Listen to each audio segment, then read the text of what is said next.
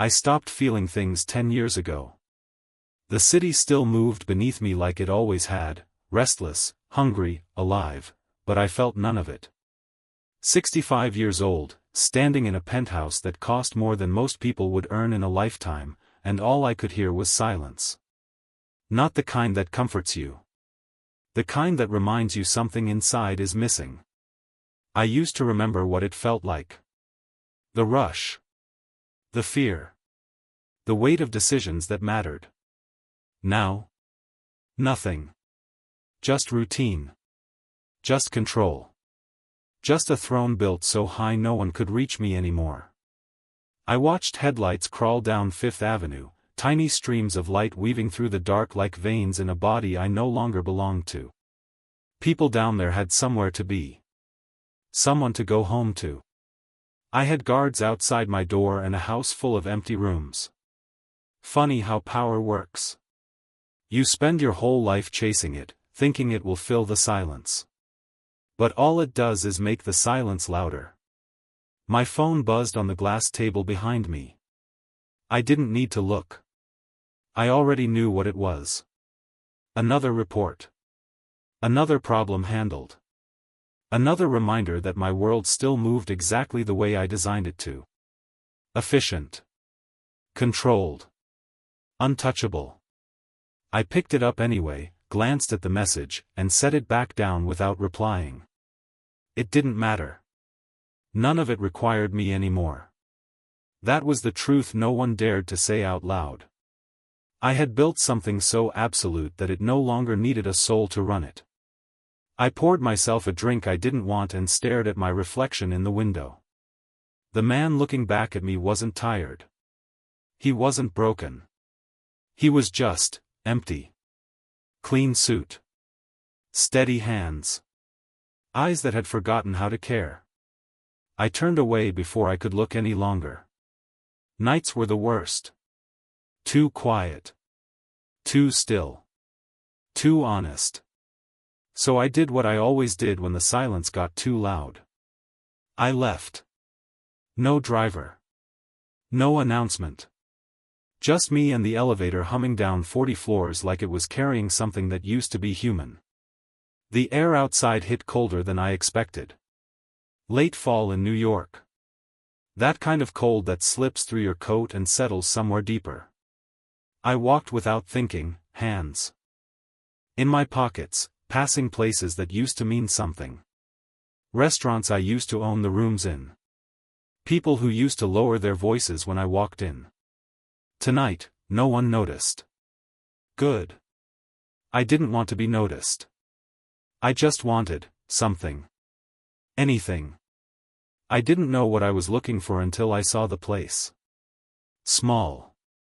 Dim, a diner squeezed between a laundromat and a closed pharmacy, its neon sign flickering like it was debating whether to stay alive. I should have kept walking. Places like that weren't for men like me. But my feet stopped anyway. Maybe it was the light. Maybe it was the smell of coffee drifting through the cracked door. Or maybe it was the simple fact that no one inside would know who I was. I pushed the door open. A small bell chimed overhead. The sound cut through the silence in a way that felt different. Warmer. Real. And that's when I saw her. She stood behind the counter, wiping down a surface that had probably seen 1,000 nights just like this one. No fear in her posture. No calculation in her eyes. Just presence. She looked up when the bell rang. And for the first time in 10 years, something shifted. Not loud. Not dramatic. Just enough to make me stop breathing for a second longer than I should have. I didn't know her name yet. I didn't know her story. All I knew was this: everything in my world had been perfectly controlled for decades. And somehow, I had just walked into the one place that would change it. She did not smile when she saw me. No hesitation. No recognition. Just a quick glance, a quiet assessment, and then she went back to wiping the counter like I was just another late-night customer passing through. It should have annoyed me. I was used to rooms shifting when I entered them. Conversations stopping. Eyes lowering. But here, nothing changed. The clock on the wall kept ticking. The old coffee machine hissed in the corner. Somewhere, a radio played low, almost forgotten. I stood there a second too long before moving, as if I needed to remember how to exist in a place that did not revolve around me. "Sit anywhere," she said, her voice calm, steady, like she had said those words 1,000 times before. No fear. No curiosity. Just routine. I chose the stool at the counter, the one closest to the edge of the room, out of habit. Always the angle. Always the exit in sight. Some instincts never leave you, no matter how empty you feel. She walked over, grabbed a menu, and set it down in front of me without looking directly into my eyes. Not avoidance. Just, normal. "Coffee?" she asked. I nodded. Words felt unnecessary. She poured it without asking how I liked it, sliding the mug toward me with a small, practiced motion. The ceramic scraped softly against the counter. The sound felt louder than it should have. I wrapped my hand around the mug, expecting warmth. It was hotter than I thought. I did not pull away. I needed to feel something. Even if it was just that. She noticed. Of course she did. "Careful," she said, finally meeting my eyes. Not sharp. Not worried. Just, direct. "That will burn you." I held her gaze for a moment longer than most people could handle. People usually looked away first. They always did. She did not. Not defiant. Not challenging. Just steady. Like she saw a man sitting in front of her, nothing more, nothing less. "I have had worse," I said quietly. My voice sounded unfamiliar, like it belonged to someone I used to be. She tilted her head slightly, studying me for half a second, then reached for a clean cloth. "Sit still," she said, stepping closer. Before I could react, she gently adjusted the sleeve of my coat where a drop of coffee had spilled. No hesitation. No permission asked. She moved like she had already decided I was safe enough to touch. That was new. No one touched me anymore. Not without reason. Not without fear attached to it. Her fingers were quick, efficient, brushing the fabric with a focus that made the rest of the room disappear. It was a simple thing. Small. Insignificant. But something in my chest tightened in a way I could not explain. I watched her, not as a threat, not as a calculation, but as something else entirely. Something I had not done in years. She finished, stepped back, and nodded once like the job was done. "There," she said. "Not perfect, but better. Better." The word stayed with me longer than it should have. She moved away before I could respond, returning to her side of the counter like nothing had happened. Like she had not just crossed a line no one else dared to. I looked down at the coffee again, then back at her. She was already focused on something else, stacking plates, adjusting silverware, existing in a world untouched by mine. And for the first time in a long time, I realized something that unsettled me more than any threat ever had. She was not afraid of me. Because she did not know who I was. And somehow, I was not sure if I wanted her to find out. I should have left after that. Finished the coffee, walked out, and let the night swallow whatever that moment was. That is what I always did. Keep moving. Do not linger. Do not attach. But I stayed. The coffee cooled in my hand while I watched her move behind the counter, and for reasons I could not explain, leaving felt wrong. She worked like someone who did not have time to think too much. Efficient. Quiet. Every movement had purpose, even the small ones. Refilling sugar jars. Straightening napkin holders. Wiping down the same clean surface twice without realizing it. It was not perfection. It was habit.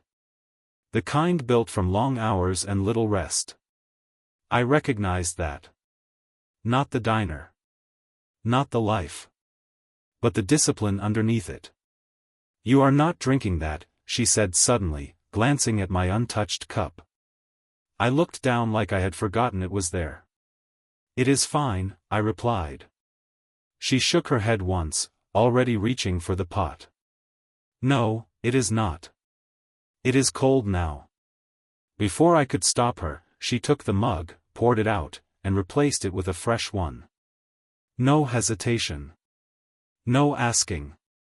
Just a quiet decision made on my behalf. I watched her set it down in front of me again. Steam rose between us, soft and steady. Better, she said. I almost asked her why she cared. But the question felt heavier than it should have. Instead, I took a sip. It was hotter this time. Stronger. Real. She leaned her elbows lightly on the counter across from me, not invading my space, just close enough to exist in it. You do not look like someone who comes to places like this, she said.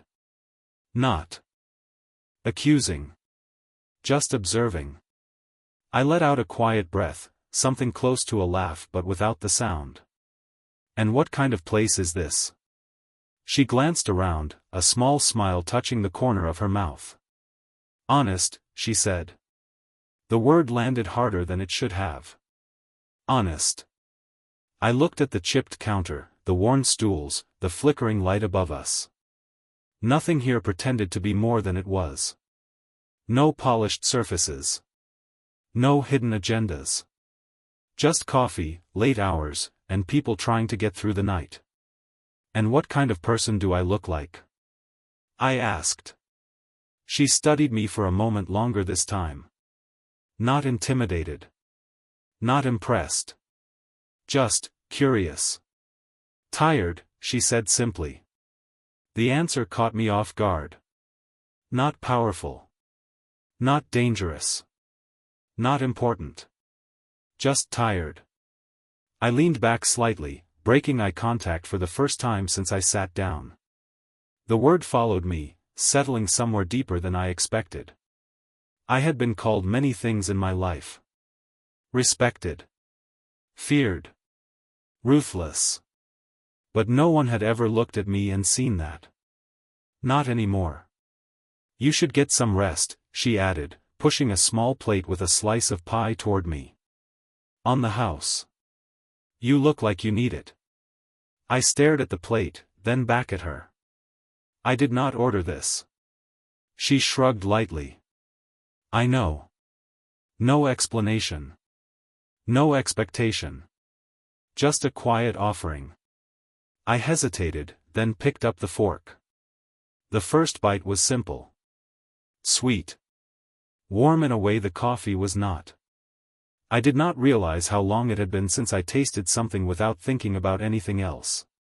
She had already moved away again, giving me space like she understood something I had not said out loud. And sitting there, in a place that should have meant nothing, I felt something unfamiliar begin to surface. Not strong.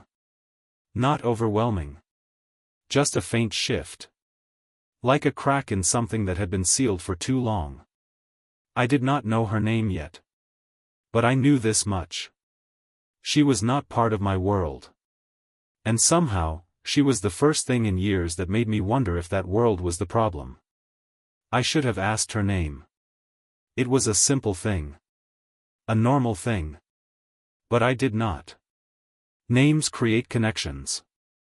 Connections create weight. And I had spent years learning how to live without both. Still, I stayed long enough to finish the pie, long enough to feel the warmth settle into something deeper than my hands. When I finally stood, the stool scraped lightly against the floor, and she looked up again like she had been expecting that exact moment. You are leaving, she said. Not a question. I nodded once, reaching into my coat for my wallet. Old habits. Control the exit. Close the distance. I placed a few bills on the counter, more than the meal deserved. More than the place asked for. It was easier that way. Money always simplified things. Or at least, it used to. She walked over, glanced at the bills, and then back at me. There was no gratitude in her expression. No surprise either. Just a quiet kind of disapproval that made something in my chest tighten again. "That is too much," she said. I met her gaze, expecting the usual response. People rarely argued with generosity when it came from someone like me. "Keep the change," I replied. She shook her head immediately, sliding part of the money back toward me. "No. Pay for what you had. Not for what you think this place needs." The words were calm, but they carried something stronger than most demands I had heard in years. I stared at the bills she pushed back, then at her. "Do you refuse every customer like this?" I asked. She crossed her arms lightly, leaning her weight onto one hip. "Only the ones who try to solve things with money." That answer stayed between us for a second longer than it should have. No one spoke to me like that. Not anymore. Not without consequence. And yet, standing there, I felt no anger. No need to correct her. Just, something unfamiliar pressing against the edges of my thoughts. I picked up the extra bills slowly and placed them back into my wallet. The motion felt heavier than it should have. "Fair enough," I said. She nodded once, satisfied, and turned slightly as if the conversation was already over. Like she had nothing to prove and nothing to gain. That was new. I lingered a moment longer, unsure why my feet had not moved yet. The bell above the door caught a draft and gave a soft, hollow chime, reminding me that I had already stayed longer than I intended. "You should go home," she said without looking at me this time. "It is late." I almost smiled at that. Almost. "And you?" I asked. She glanced at the clock on the wall. "Another hour," she said. Then I close up. I followed her gaze for a second, then back to her. There was something steady about her presence. Something grounded. Like she existed fully in every moment without trying to control it. I had forgotten what that looked like. "You always work this late?" I asked. She shrugged slightly. "Someone has to." Simple. Honest. No complaint. No drama. Just truth. I nodded, though I was not sure what I was agreeing with. Then I turned and walked toward the door. My hand paused on the handle for a fraction of a second before I pushed it open. Cold air rushed in, sharp against my face, but it did not feel the same as before. Behind me, the quiet rhythm of the diner continued, unchanged. I stepped out onto the street, the city still moving like it always had. But something was different. Not the lights. Not the noise. Me. I walked a few steps before stopping, just enough to look back through the glass. She was already back to work, wiping the counter again, like nothing had happened. Like I had been just another customer passing through her night. Maybe that is all I was. Maybe that is all I should have been. But as I stood there, watching a life that existed completely outside of mine, one thought settled in with a quiet certainty I could not ignore. For the first time in years, I wanted to come back. I did not sleep that night. Not because of work. Not because of problems waiting for me in the morning. But because of something far more unsettling. Silence no longer felt empty. It felt interrupted. I sat in the same chair by the window, the city still stretching beneath me, but the view did not hold my attention the way it used to. My mind kept returning to a place that should not have mattered. A small diner. A flickering light. A woman who looked at me and saw something I had not seen in myself for years. Tired. The word stayed with me like it had weight. I had spent decades building an image that no one questioned. Strength. control, distance. And in less than an hour, she had stepped past all of it without even trying. Morning came like it always did. Quiet. Predictable. My phone filled with messages. Meetings. Decisions. Names. Numbers. Everything moving exactly the way I designed it to. I responded where necessary, ignored what could wait. But none of it felt urgent. Not anymore. That was new. I dressed the same way I always did. Tailored suit. Clean lines. Precision in every detail. The kind of armor that made people keep their distance. But when I looked at myself in the mirror, something felt off. Not wrong. Just incomplete. Like I was playing a role I had already outgrown. By noon, I was expected somewhere important. A place where people would wait for me, where every word I said would carry weight. I went anyway. I sat at the head of the table. I listened. I spoke when necessary. Everything moved forward without friction. Efficient. Controlled. Exactly as it should be. And yet, I found myself checking the time. Not once. Not twice. More than I should have. No one noticed. They never did. That was the advantage of being where I was. You could drift, and the world would still orbit you. By late afternoon, the city felt heavier than usual. Or maybe it was just me. I stood at the window again, the same view, the same endless movement below. But this time, I did not stay long. I left before the sun went down. That had not happened in years. I walked the same streets, but they felt different now. Less distant. More real. I passed places that used to matter, and for the first time, I did not feel the need to enter them. I kept walking. The air grew colder as night settled in, the kind of chill that made people move faster, heads down, focused on getting somewhere warm. I slowed down instead. When I reached the corner, I stopped. The diner was still there. The neon sign still flickering. The same quiet light spilling onto the sidewalk like it had been waiting. I stood there longer than I should have. Long enough to question why I was back. Long enough to realize I did not have a real answer. And then I pushed the door open. The bell chimed. Again. Familiar this time. Different in a way I could not explain. She looked up from behind the counter, and for a brief second, there was something new in her expression. Recognition. Not of who I was. But of me. You came back, she said. Not surprised. Just certain.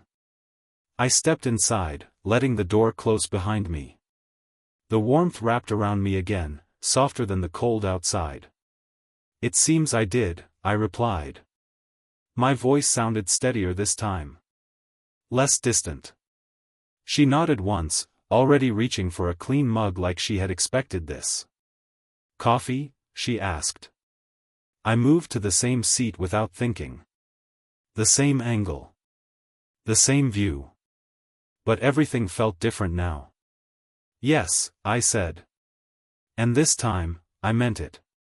She did not ask my name the second time either. That should have been strange. In my world, names were everything. They carried weight, history, consequence. But here, in this small diner with its quiet rhythm and steady light, I was simply present. And somehow, that felt more real than anything else I had built. She placed the coffee in front of me without looking down, her movements as precise as before, but now there was a subtle shift. Familiarity. Not the kind that comes from knowing someone deeply. The kind that comes from recognizing a pattern. A man who walks in late. Sits in the same seat. Stays longer than he should. You always come back to places twice, she asked, her tone light, almost teasing. I glanced at the steam rising from the cup before answering. Not usually. She leaned against the counter again, studying me with that same steady gaze that did not try to break through me, but somehow still reached deeper than it should. Then this place must be special, she said. I almost corrected her. Almost told her that it was not the place. That it was something else entirely. But the words stayed where they were. Some truths feel too fragile to speak out loud. Instead, I took a sip of the coffee, letting the warmth settle in again. Or maybe I just had nowhere better to go, I replied. She shook her head slightly, like she did not believe that. Everyone has somewhere better to go, she said. They just do not always choose it. That answer stayed with me longer than I expected. Choice. It was a word I had not thought about in a long time. My life had become a series of decisions that no longer felt like decisions. Just outcomes. Just inevitabilities. But sitting there, across from her, I felt something shift again. The idea that maybe I still had a choice. She moved away for a moment, refilling a jar behind the counter, then came back with a small plate. Another slice of pie. She set it down in front of me without saying anything. I looked at it, then at her. I did not order this, I said again, the words feeling almost familiar now. She smiled this time. Small. Quick. But real. I know, she said. There was something different in that moment. Not just the gesture. Not just the quiet kindness. But the way it felt. Less like an accident. More like a pattern forming.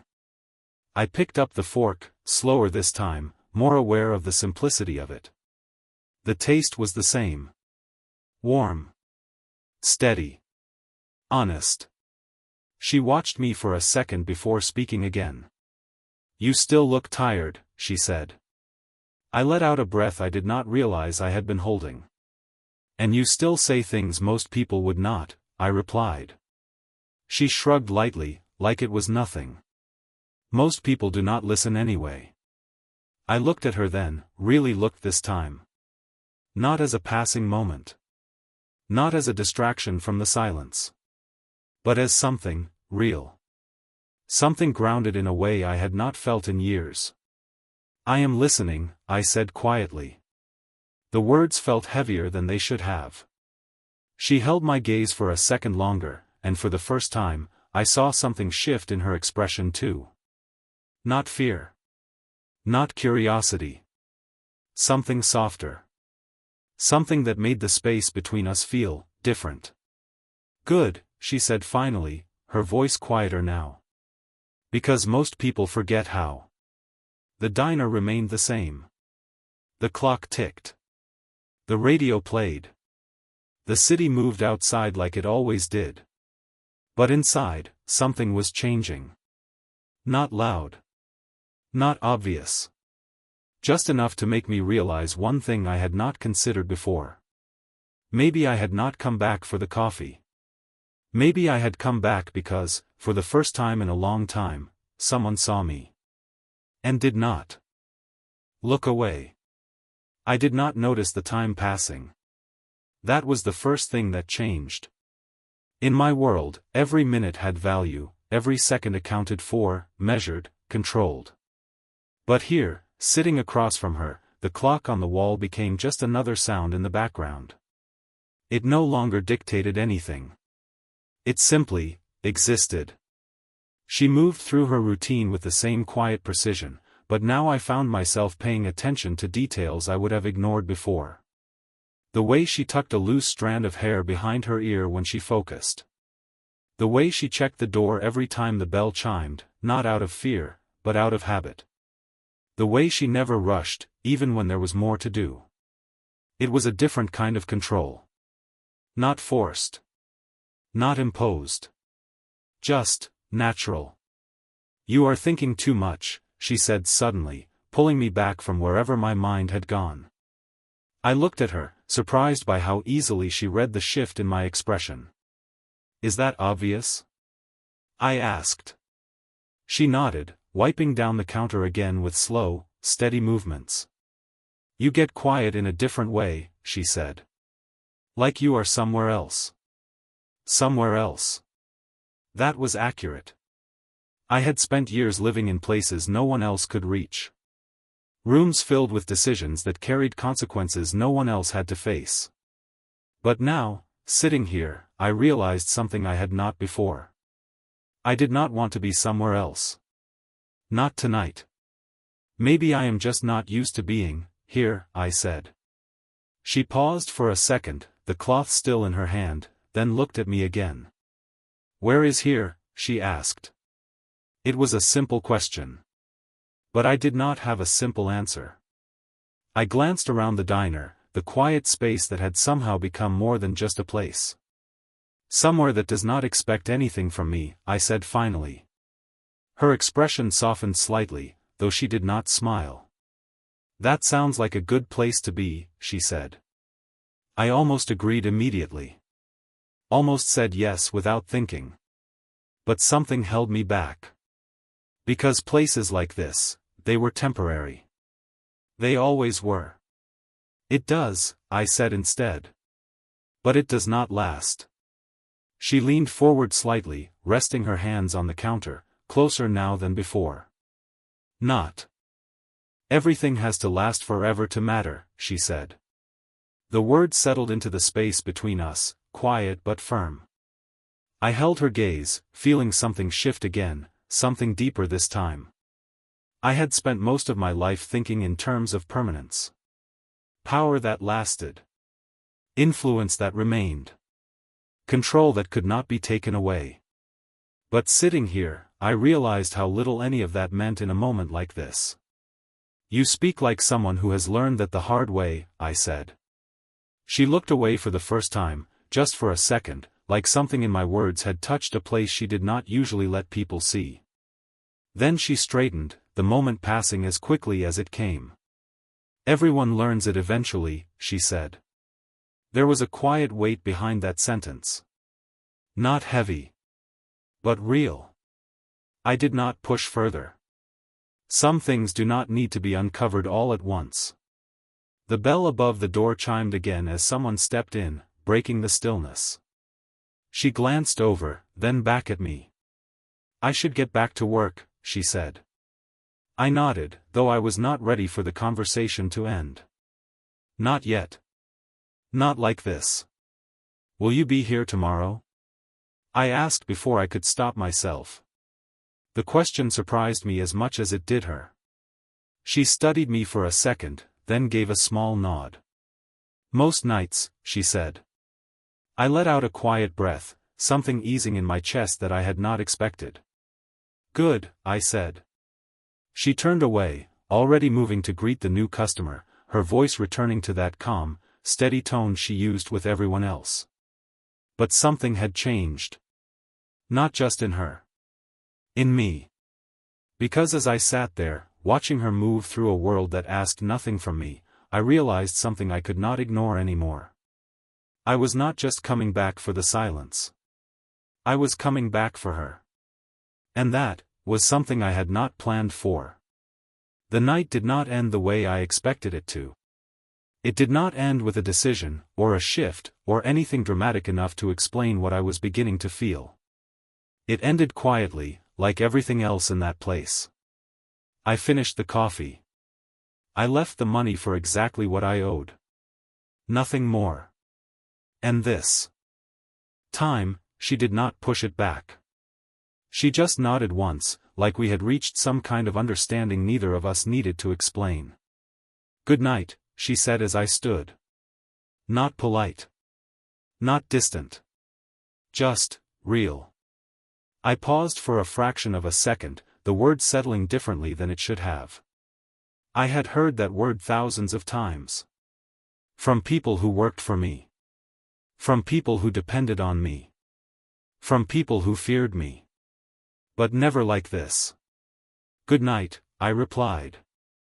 And for once, it felt like I meant it. The bell chimed as I stepped outside, the cold air sharper than before, but it did not push me away the way it used to. I walked slower this time. Not because I had nowhere to go, but because I did not feel the need to rush back to where I came from. That was new. The city moved around me, cars passing, people crossing streets, conversations blending into a low, constant hum. For years, I had seen it all as background noise. Something beneath me. Something distant. But tonight, it felt closer. Not important. Just present. I reached the corner before I realized I had stopped again. Not to look back this time. Just to stand still for a moment longer than necessary. Something inside me was shifting. Not enough to break, but enough to make me aware of the cracks. When I returned home, the silence was still there. The same walls. The same empty rooms. The same view stretching out beneath me like it always had. But it did not feel the same.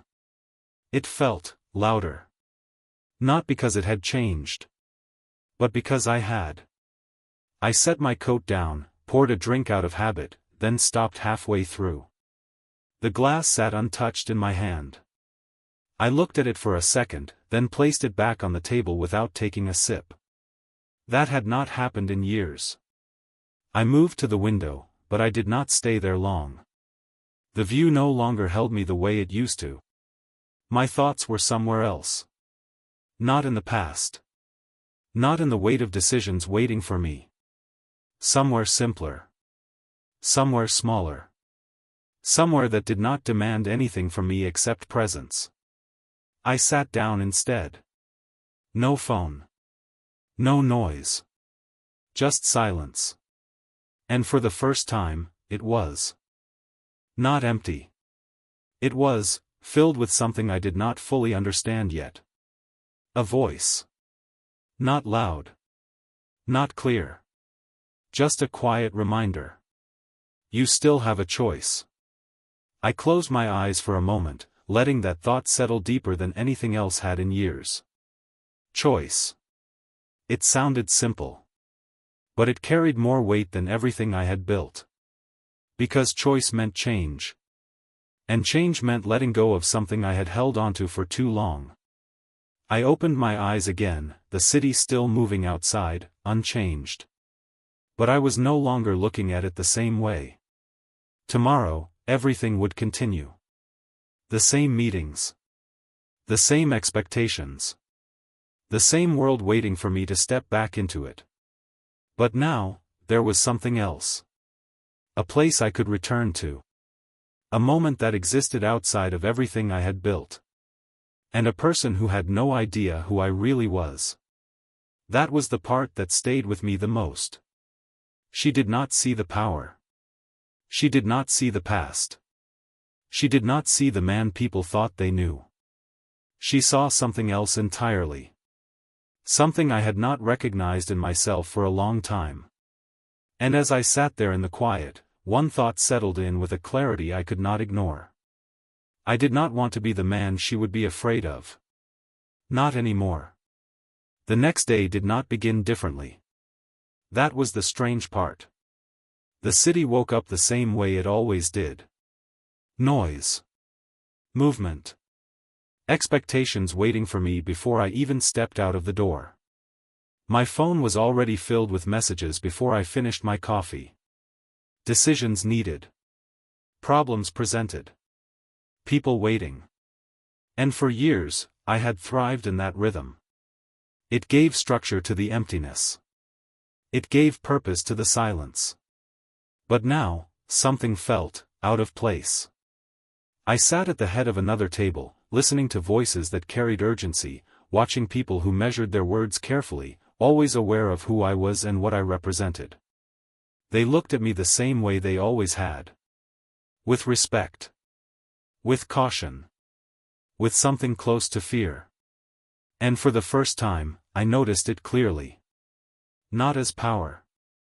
But as distance. Every sentence they spoke felt calculated. Every pause filled with hesitation. No one interrupted. No one challenged. No one spoke to me the way she did. The thought came uninvited, but it stayed.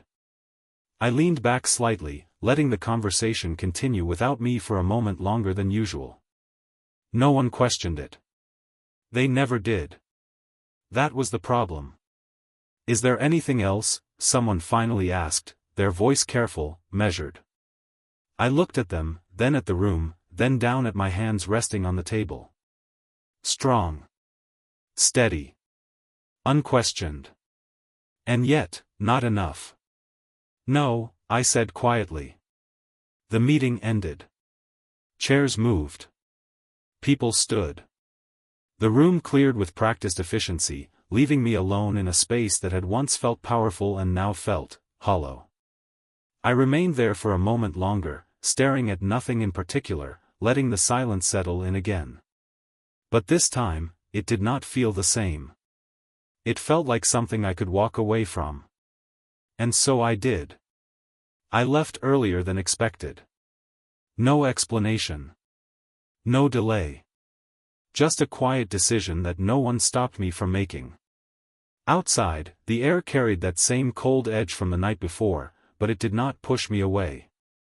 If anything, it pulled me forward. I walked without hesitation this time. No pauses. No questions. Just direction. When I reached the diner, the neon sign still flickered the same way.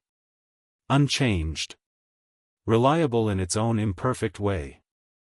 I pushed the door open, the bell chiming again, and for a brief second, I realized something I had not admitted to myself yet. I was not here by accident anymore. She looked up immediately, like she had been expecting the sound. And when her eyes met mine, there was no surprise. Just recognition. "You are earlier today," she said, her voice carrying that same calm steadiness that had begun to feel familiar. I stepped inside, letting the warmth settle around me again. "So are you," I replied. She glanced at the clock, then back at me, a faint smile touching her expression.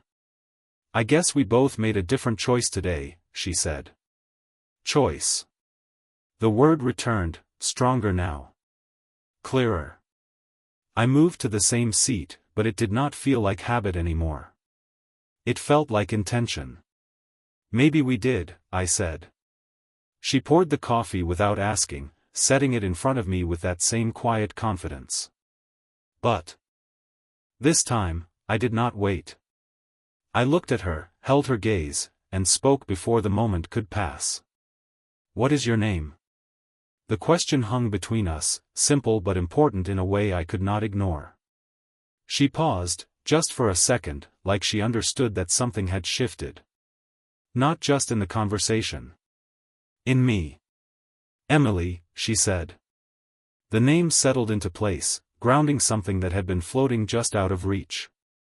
Emily. I repeated it once in my mind, letting it stay there. She tilted her head slightly, studying me again, that same steady gaze that saw more than it should. "And you?" she asked.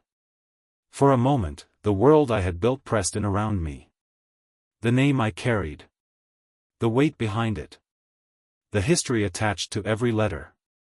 But standing there, in a place that asked nothing from me, looking at someone who saw me without it. I made a choice. "Victor," I said. Just Victor. No title. No distance. Just a name. And for the first time in years, it felt like it belonged to me again. Emily nodded once, like that was enough. Like I was enough. And as the moment settled, quiet and unforced, one truth became impossible to ignore. I had spent decades building a world where I controlled everything. But here, in this small diner, with one simple conversation, I had done something far more difficult. I had chosen who I wanted to be.